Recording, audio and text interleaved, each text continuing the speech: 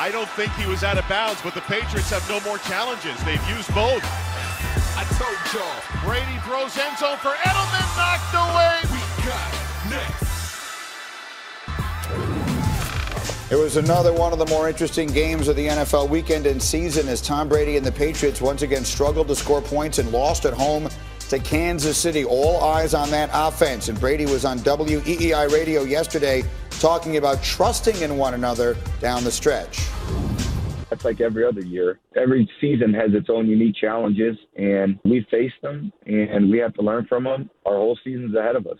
So we got to rally together, trust in each other, and go lay it on the line like we've been doing every week. And this is about a one-week season for us and trying to go out and go to Cincinnati and win on the road. And listen, you have been talking about this at great length here, and you did a terrific video breakdown yesterday for anyone who didn't see it of the decision Brady makes at the very end of that game to go to Edelman rather than Jacoby Myers probably had everything to do with a lack of trust. So I guess I would ask you two guys, you're a quarterback, you're a receiver. Yep. Can that be built? Can Tom Brady come to trust this collection of guys with 3 weeks left in the season? No, not till he sees it. I mean, I used this quote a couple weeks ago. Trust is like a forest. It takes a long time to grow and can burn down very quickly. And I think that's what's happened is it takes a long time for a quarterback to look at a receiver and go, I believe that you'll come down and make this play. I believe that in this one-on-one matchup that you're going to value the ball just as much as I do, that you'll go win just as much as I hope that you would win. And that doesn't happen in a matter of they got 3 games left. They got 160 snaps left in their regular season. And so it's not going to happen in that amount of time. I think trust is very difficult. I think knowing who to trust is even harder. Yeah. And I think that's where the Patriots are, quarterback to receiver wise, is Brady. Not only does he not trust guys, it's like, well, who do I trust? Yeah, well, I'll tell you what, Brady is in the twilights of his career, the twilight stage of his career. Yeah. So he wants to go to people he has confidence in and that he can trust.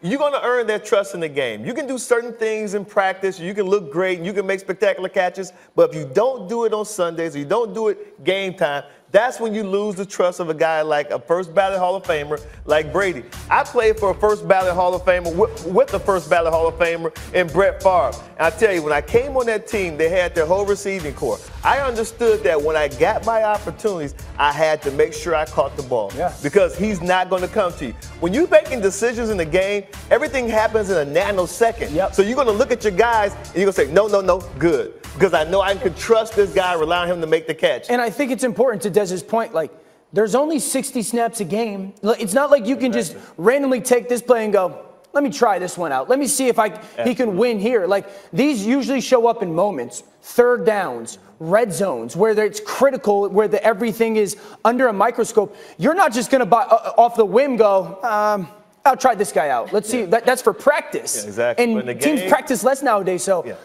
I don't see how this is this instant quick fix. From a receiver standpoint, what is going on with Jacoby Myers in your mind?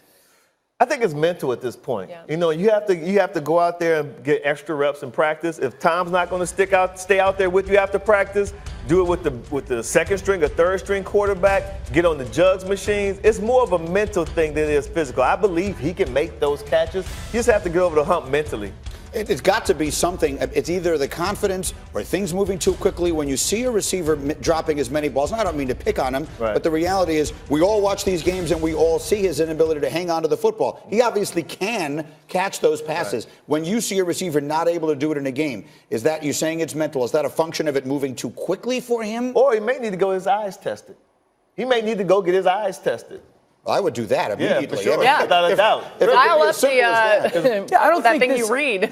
I don't think this has been like an issue for Jacoby Myers his whole life or even this year. I mean, it's just started to show itself and obviously was magnified on Sunday.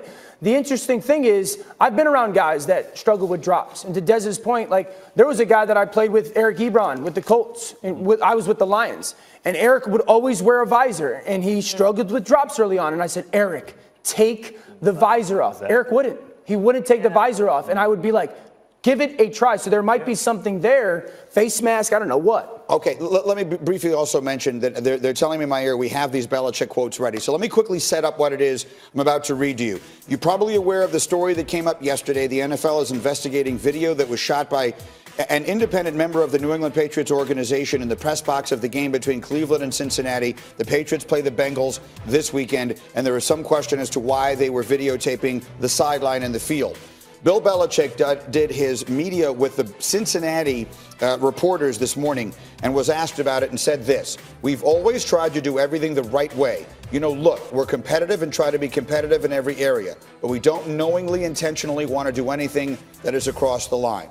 This is a team with a history, obviously, of things like this. Belichick saying, since that's happened, and he's referring in that case to Spygate, I'd say we've tried to keep a good distance behind the line and not maybe take it as far as we might have in the past, but it's never really fundamentally changed there. The only comment I think is reasonable to make right now, in the absence of knowing exactly what did and didn't happen here, and the NFL is performing its investigation, is, and you said this earlier and I agree with you, the concept of confirmation bias will come into play strongly here. People out there who will forever believe the Patriots are cheaters, they will use this as evidence of that. There are people out there who will forever believe that that was inflated and was, I didn't mean that way, that was overstated, and that's not what I meant. That was overstated, yeah. And that's not, and people will now use this to say, look, they're trying to pin this on them again. I kind of feel a little different now. In the moment, I feel a little different after hearing that from Coach Belichick. I mean, he just told us, we push the envelope. We see as far as we can go. We will do anything we can to gain a competitive advantage. And he says, like, we've tried to keep our distance, and maybe we wouldn't have it gone as far as we did in the past. But I mean, hearing him talk like that, I go, you're kind of telling me that you will push some boundaries here on this stuff to gain any advantage necessary that is maybe unintentionally allotted.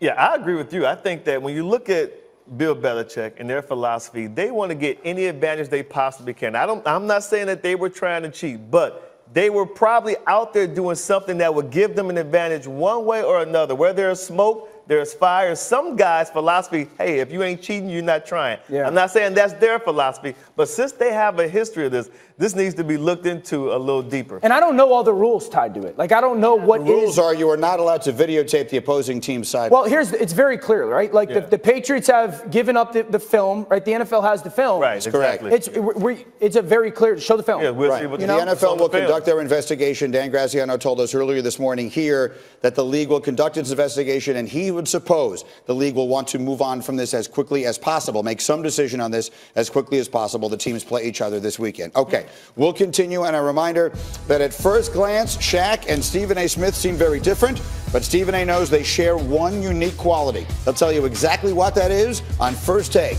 It follows us in 5 minutes live.